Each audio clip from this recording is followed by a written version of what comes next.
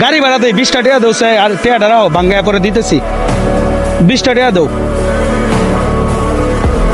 রিক্সা ভাড়া দিতাম আর কি, টাকাটা রাও। হ্যাঁ ভাঙ্গায় দিতেছি, খালি গাড়ি ভাড়াটা দিই। হ্যাঁ গাড়ি ভাড়াটা দিই।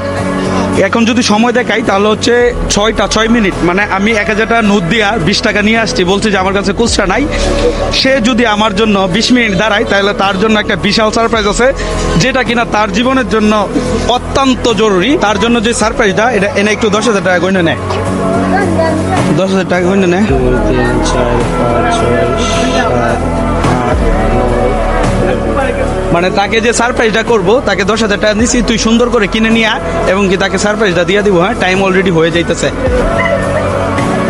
আমার টাকাটা কই ভাই? তো তুমি চলে যাইতে, এতক্ষণ দাঁড়াইছো টাকাটা নিয়ে। আমি এরকম না টাকা চিন্তা করেন, ও এরকম না।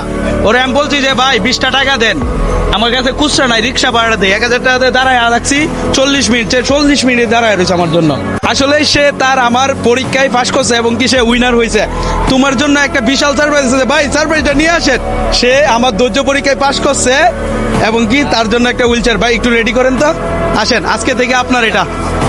তুমি এটা পায় খুশি তো? আলহামদুলিল্লাহ। ভালো লাগতেছে? তোমার হাসিটা একটু দেখতে চাই।